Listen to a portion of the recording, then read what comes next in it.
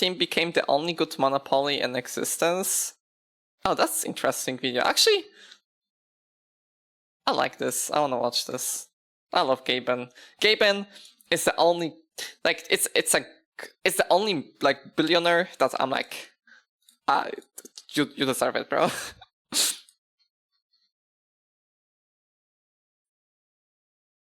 Gabe Newell. Oh my god. Guaranteed will have the best stat jokes once he becomes that, I guess. Or if he ever becomes that. I mean, he doesn't have to. You get the point. You get the point.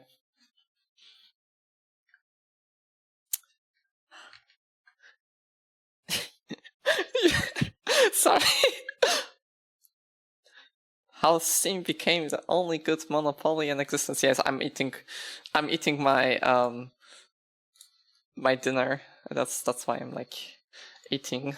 Steam shouldn't exist. Okay, hear me out for a second. I'm definitely glad it exists. I use it like several times a week to buy and play games. Hold on. What? Those Smite v Shoujo collab? How? When was it? I never heard of this before. I mean, it was probably before VTuber imploded, but what?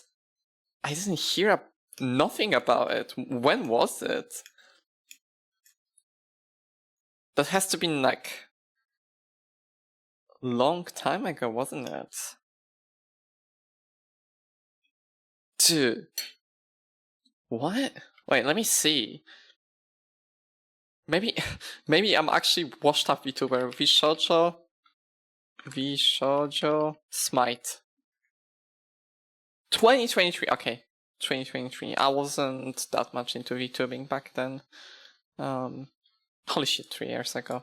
Cool. Make sense.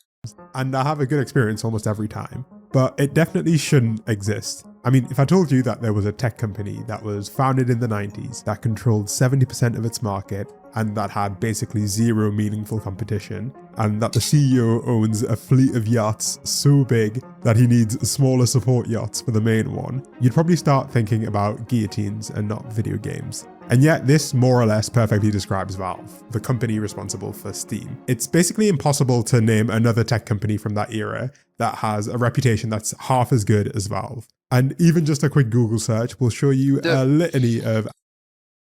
Listen,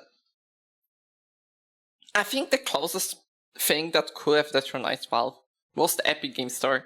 The problem is, I don't know how about you guys, but every time I have to use that fuck-ass launcher, I just crash out. I'm sorry. Like, this store is so bad to use. Like, genuinely.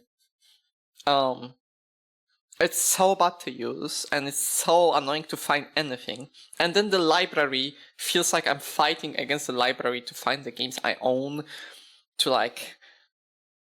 There is no like nice list, and even if you try to look something, it often doesn't work. It's like, I guess it had chance, but like also there's no profiles. I think like the big thing that is very nice about Steam, and like why people love to buy games on Steam, even if they like crack them before and they even buy it after time. I'm one of the examples. When I was like very, very poor, I was cracking games, but I bought them later on Steam when I got the monies. Because it's so nice to like showcase it on your profile. It's like customizable, and you know, it's like it kind like Steam profiles still feel like a little bit like old internet, where you just, you know, we have like so much personality, and I think that's very nice about it. Sorry. Admiration and good reviews for Gabe Newell, the founder, in a way that very few people seem to talk about, say, Zuckerberg or Bezos. Valve and Steam have won at the game of capitalism, and they've effectively monopolized an entire business. And yet they are, at the same time, lauded as one of the best examples of a consumer-friendly product. And it makes no sense at first glance. So how did they do it? How did Steam beat capitalism without getting greedy?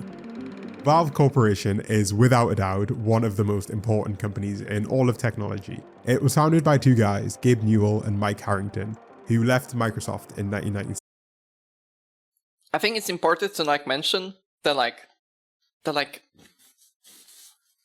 Steam becomes even more like real nowadays, because in Steam you buy and you own it.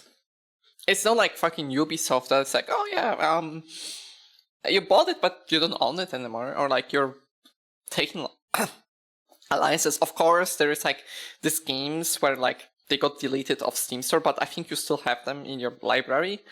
The problem is that they often get turned off the servers, which is a problem. But like for single player games, it's never gonna happen on Steam. I am really scared that Gaben is one day gonna die, and like it's inevitable, but I really hope he has like successor or someone that's like, you know, leading the Steam dynasty. The Steam dynasty has to be upkept. To pursue a dream project, creating their very own video game from scratch. Their debut project was Half-Life, and it was so successful that it still is today considered one of the greatest video games of all time. And since then they've released a lot of bangers. Half-Life, Team Fortress, and Counter-Strike are all still incredibly popular series and have millions of players every day collectively. But after releasing several extremely popular games themselves, they noticed a few issues with the games industry. If you're a little older, you might remember a time when pirating a PC game was comically easy. Literally within a few days, you could get free software and bypassed most security measures with like a few seconds of Googling. And we saw the first wave of companies getting really desperate to put the lid on piracy. When Doom 2 was leaked weeks before its official release, their developer responded by banning any pre-launch reviews or external testing for their next game, Quake. The then Vice President of Marketing even announced that no copy of our games would leave the building. Except that game ended up also being leaked 3 days before its release. Some kid literally just broke into their network and...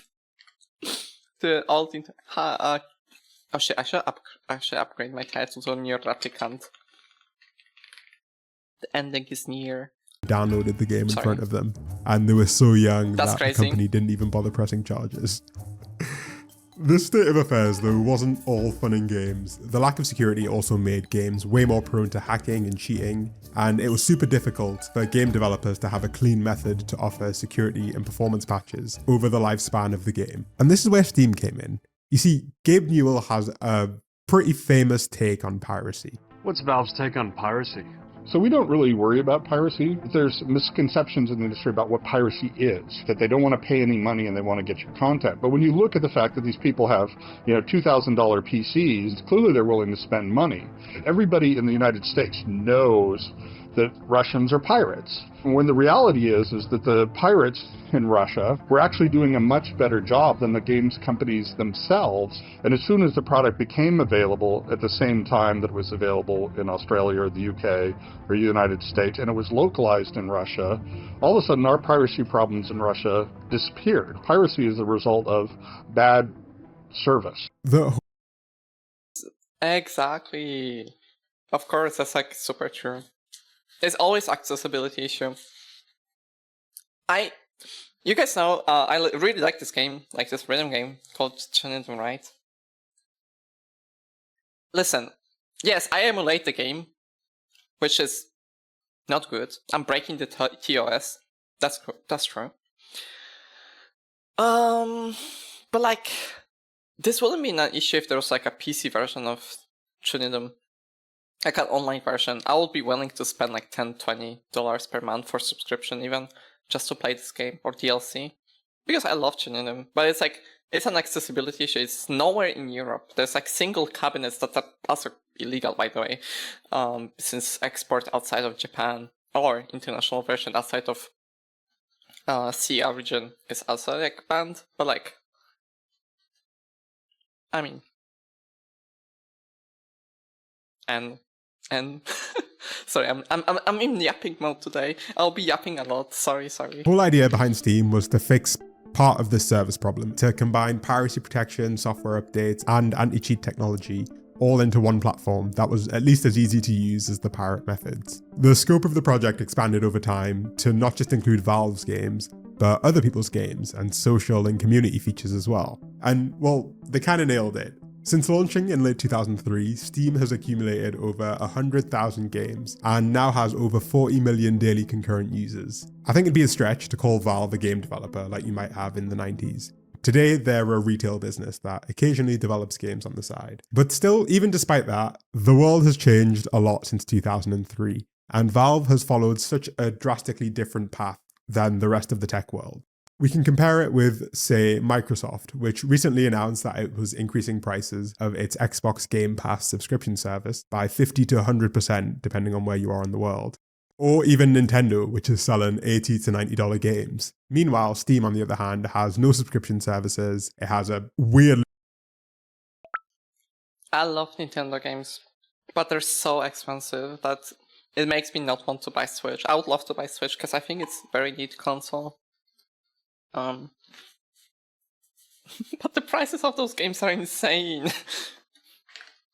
You have Silksong for $20. generous return policy and several extremely generous sales every year, when that's clearly not the...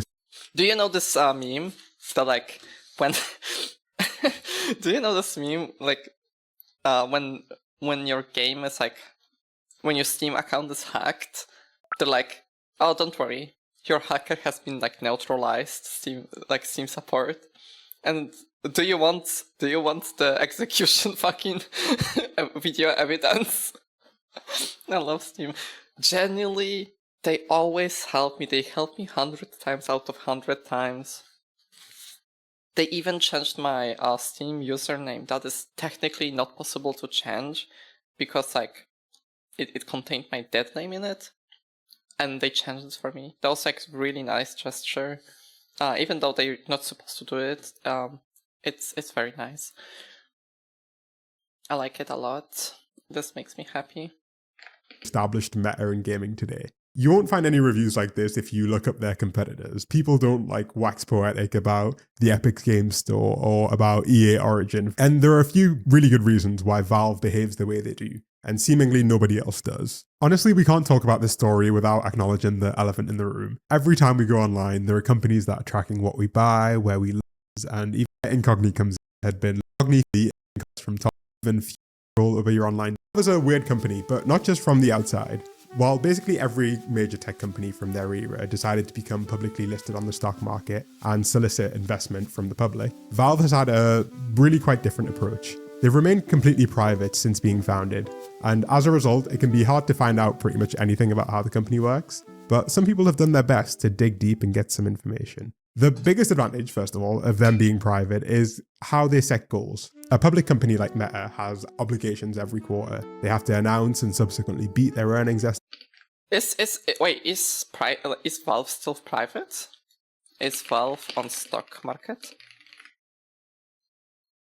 No? Oh, they are still not? That's insane. Yeah. The share price has to keep going up, and even a small dip in revenues can be pretty disastrous for the future of a huge publicly listed company. The line has to keep going up, and the collective tech industry realized a while ago that the best way to do that is to acquire as many users as humanly possible, and then you start squeezing them for everything they're worth. You add in a subscription plan and you can get consistent monthly recurring revenue, which makes it easier to create these earnings estimates. You can shoehorn in blockchain, cloud, or AI, depending on what year it is, and you got another couple $100 billion of investment, easy peasy. And the strategy has worked so effectively for them. Microsoft, Apple, and Amazon are all literally trillion-dollar companies. Okay, like, how much subscriptions do you guys have? I have quite a lot. I didn't realize it until like 2 months ago how much I had. 30% cut of almost all PC market. They don't need to know. True. That's for sure. I mean, yes, Steam cut is quite big. I agree on this. But like, I think it's worth it for what they are. Really. I think it's really, really worth it. Zuckerberg's platform has decided the results of elections, and Amazon brought in $640 billion in revenue in 2024. Even the most generous estimates put Valve's revenue at like 1 to 2% of a platform like Amazon. And that's a pretty big downside if your goal is to make the biggest company on the planet, or to become the most powerful person on the planet. But that's not the case at Valve. Being private offers a hell of a lot of benefits. You're only bound to the will of a handful of owners who can think on a much longer time frame, who can do stuff because they think it's a good idea. And they don't have to cater to whatever's trendy in the market just to keep their business solvent day to day. You'll actually notice that the Steam interface has barely changed since the original launch. There's no AI chatbot in there, and their changes operate under a whole different calculus, a whole different set of decision-making principles, since being relevant to Wall Street is just not a core part of their business model. They can focus their energy on changes that are actually worth doing, not ones that look like what the market wants to hear. And that philosophy has kind of permeated the entire company from top to bottom. A few years ago, a copy of their internal employee handbook leaked and revealed a lot of weird stuff happening inside Valve. Valve is a company where no one has a formal manager. Oh yeah, I think I'm gonna predict this, that in Valve, each developer can decide what they want to work on. If they want to work on a game, they work on a game, and yeah. Like, it's pretty interesting. Projects are completely self-organized, and employees decide how they allocate 100% of their work time throughout the week. The handbook literally tells employees that they should only work on a project that they believe is important enough for them to work on.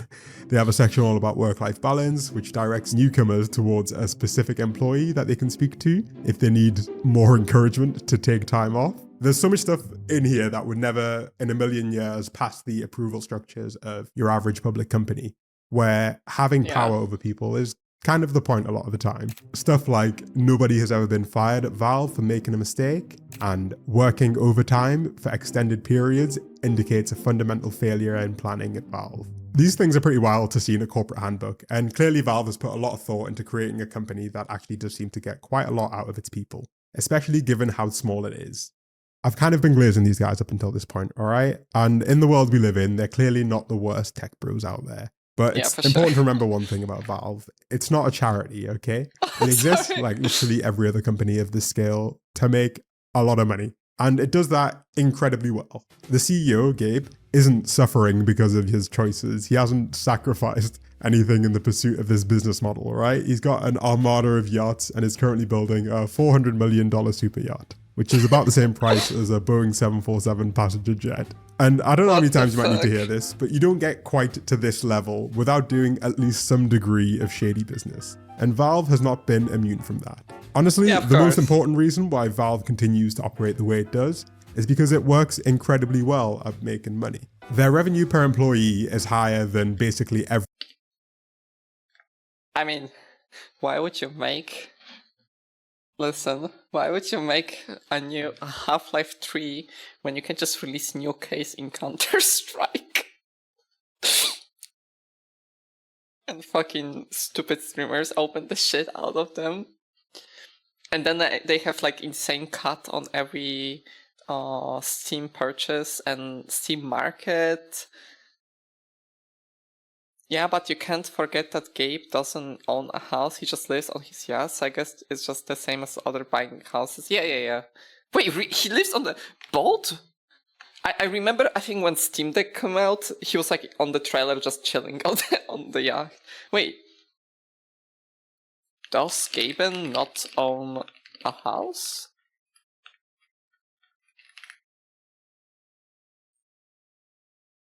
Oh wow. Interesting. That's kind of cool, actually. Every other major tech company, and they just like print money with Steam, which is likely the reason why we've seen so few actual game releases from a company that was created to release games. It makes a lot more sense to just sell other people's games and benefit from the upside of a successful hit, and take little to no risk if a huge project flops on their platform. Even once you're aware of the main factors behind Valve's success, their unique corporate structure, their good leadership, focus on consumer experience and strong hiring, it can be a little difficult to understand why they haven't been dethroned yet, especially given that the competition collectively has access to trillions of dollars. Now, part of it is just that the PC market has grown year on year. It's so unbelievably cheap and easy to access the PC gaming world, especially compared to 2003, and Valve has been rewarded handsomely for that. And while they've been able to achieve this level of growth without actually seriously mistreating their consumers or their employees, they've not necessarily been as nice to everyone else involved in the game development process. As they've grown, the pressure that they've put on game developers and game publishers, especially the smaller ones, has been getting a little bit out of hand. So Steam takes a 30% cut of all sales through the platform, which is ludicrously high. For context, a website like eBay takes about 12 to 15%, while other game sale platforms take even less. Epic Games takes nothing on the first $1 million in sales, and even the famously generous Microsoft only takes 12% of sales on its store. And in a fairer world, game developers could take advantage of lower fees on other platforms to offer better prices to customers. If I was a game developer that needed to make $7 per copy sold in order to recoup my initial costs, then I could charge $10 on Steam as a minimum, since they take 30%, and I could charge, say, $7 on Epic, since the first $1 million in sales has zero fees. Okay, sure, but I guess that makes sense, but I think it's easier to promote your game on Steam as well. Yeah, sure. Customers would get cheaper games, the devs would get the same amount of money. It's one of the clearest win-wins ever. Except that Valve is well aware of this and forces developers to agree to what's known as a most favored nation clause in its agreements. An MFN, a most favored nation clause, basically means that a developer can't sell their game substantially. Oh shit, wait, sorry. I see the screen just glitched. Clearest win-wins ever. Except that Valve is well aware of this and forces developers to agree to what's known as a most favored nation clause in its agreements. An MFN, a most favored nation clause, basically means that a developer can't sell their game substantially cheaper elsewhere if it's also listed on Steam. It means that even if another platform cuts the fees that they take, the developers aren't allowed to pass on the savings from that deal to the end consumer. If a game is $10 on Steam, it has to be about $10 everywhere else. And very few games can survive without being on Steam, given that they have all of the customers. It's created a setup where Steam looks like the best deal, in part because it literally pressures developers and publishers to not offer a better deal elsewhere. And while most competitor platforms actually offer pretty generous deals to smaller developers, Steam does the opposite. Games that sell millions and millions of copies end up receiving a better split. This isn't because, Activision needs the money, but it's because Valve understands as a company that the big developers are the ones who have the true bargaining power, the ones who could have significant impact if they try to leave. And by offering them these generous deals, they encourage them to stay on Steam from day one. Indie developers who sell 50, 100, or even 10,000 copies of a game don't have a fraction of the bargaining power. And so there's no need to offer them a better deal. I mean, this is clearly pretty anti-competitive if you ask me, but from a marketing and PR sense, it's actually genius. Steam always ends up having the best price possible on its platforms. The customers always get what looks like a reasonable deal, and Valve doesn't bear any responsibility if a game ends up being more expensive than the public expected. The blame falls squarely on the developers. Meanwhile, other platforms can't easily compete on price and have to compete on other things, which is why you see exclusive releases as a method of competition.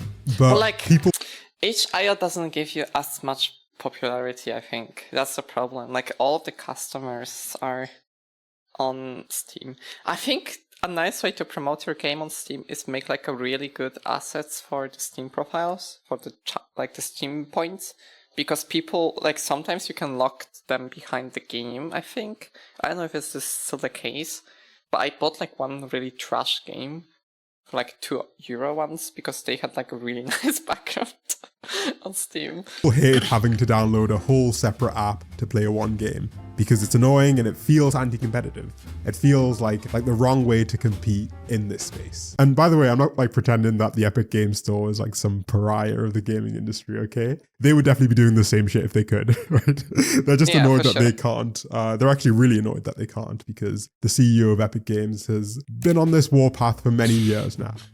And the reality is their app is not the best, not just because of these anti-competitive practices that they're subject to, but also because the Epic Games Store is not very good. And many of these alternatives are just not very good to use. They can be buggy and laggy, while Steam ultimately at the end of the day provides a very functional service. The point that I'm actually making here is that Steam has monopoly power in this market, and they're using this power to do what all private monopolies always end up doing, restricting consumer choice and restricting competition. Until recently, Apple did a very similar thing. They'd take 30% of all in-app purchases that were done on Apple devices. Apps were literally not even allowed to tell their users that Apple was just taking 30% of the money and that you could sign up through Google Chrome or whatever for a discount.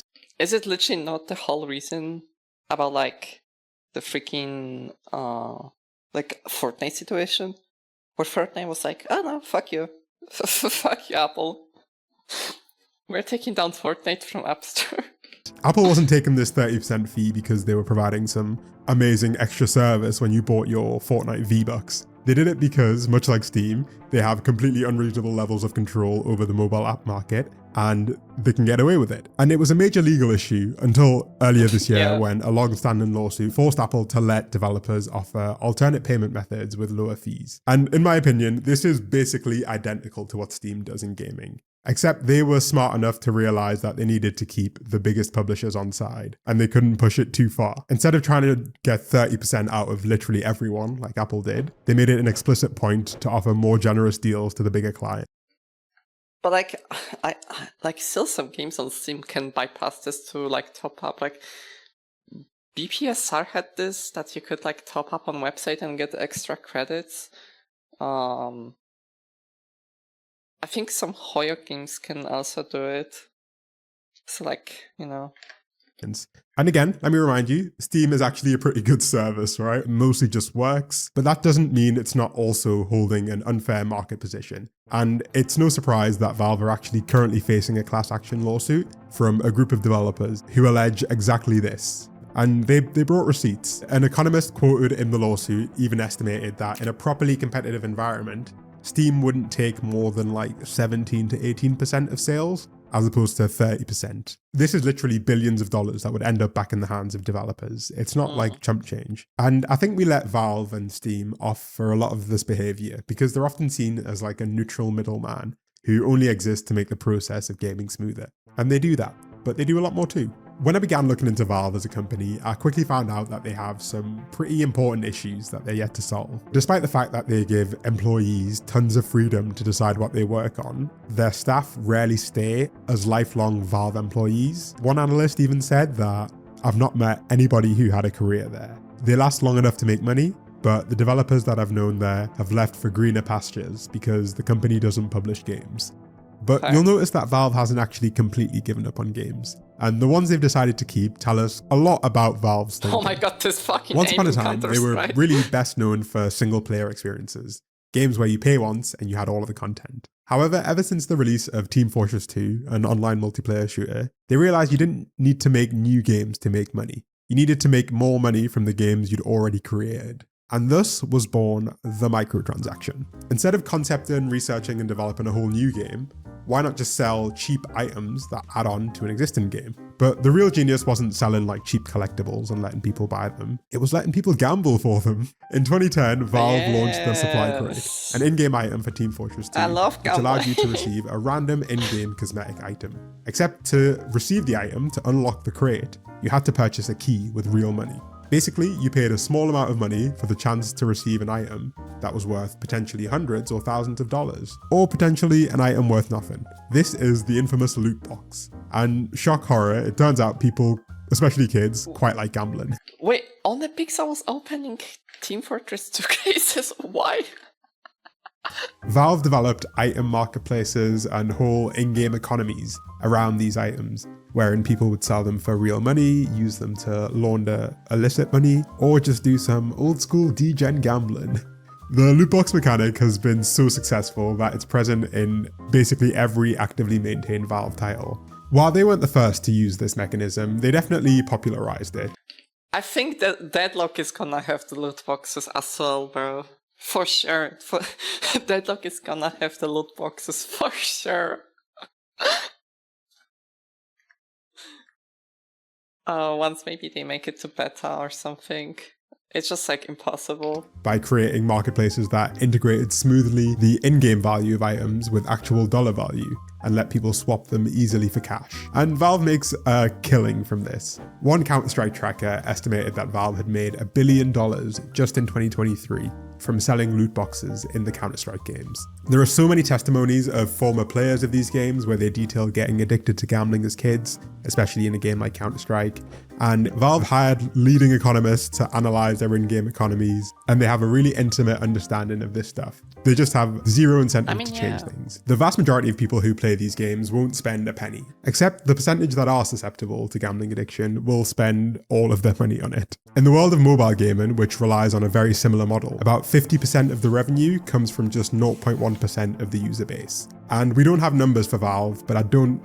Do you remember when, like, I don't know if you guys play Genshin Impact, but like, there was this one Neuvillette bag that like made him like turbo OP, and the fucking people. But you had to have C6 Neuvillette, which is like fucking thousands of dollars, right? You had to have C6 Neuvillette for this bag, and dude, like people went ballistic. Like the whales went ballistic when they patched it. And I don't know, it was like 1 or 2 days later, Hoyo like sent the email in game to patch it, give it all your money back. So I mean they give like 10 pull. I think they gave free 10 pull for people. But meanwhile, you know, there's like some other controversies around Genshin. Zero response. But like once the whales, like their most dedicated whales, started complaining, fixed immediately. Imagine it's a mile off from this. When gambling regulators have tried to shut down these systems, Valve responds not by removing them from the game, but by trying to tweak them and design alternative systems that keep as much of the gambling feel as legally possible. Valve has created what Yanis Varoufakis, one of their former economists, would call a digital fiefdom. It markets itself as a neutral middleman, but it actually has a hell of a lot of power for deciding what happens on its territory. Developers depend completely on them, and they have an unfathomable amount of consumer data and complete dominance of their market. And anyone that uses Steam to sell games is under a lot of pressure to remain on Valve's good side. They're more like medieval lords than they are medieval marketplace operators. And currently they've been pretty nice with that power, especially to the people at the end of the chain, the consumers. But they're under no obligation to keep that up, and I struggle to believe that Valve will keep being quite as nice if their margins ever get hit or if they have a change of leadership. We need to create a more robust system by making sure there's actual competition in this space. And if it's still not clear why competition is so important, you can just replace Steam with any other company that has this much control over a digital marketplace, whether it's Apple or Amazon, and it might become a bit more obvious as to where the problems could emerge in time. All in all, things could be a lot worse, and my experience, and most people's experience with Steam, has been pretty good. But good enough is not good enough, okay? The standard that Steam has set for users should be the norm. It shouldn't be an exception. And in fact, it's very much the exception that proves the rule. Steam's level of quality should be the bare minimum that we tolerate, and I don't think that's too much to ask. Yeah, I feel like Epic Games really had the closest chance. And yeah, sure, maybe they'll never be as big, but it would be nice if they like at least improve the launcher. So like, you know, it takes a little bit of the players of Valve play, so you know, Valve becomes better to people, to creators, to developers, yeah. But it's still like not too bad, I think, in my opinion. I pretty much agree, I guess, with this video in the end.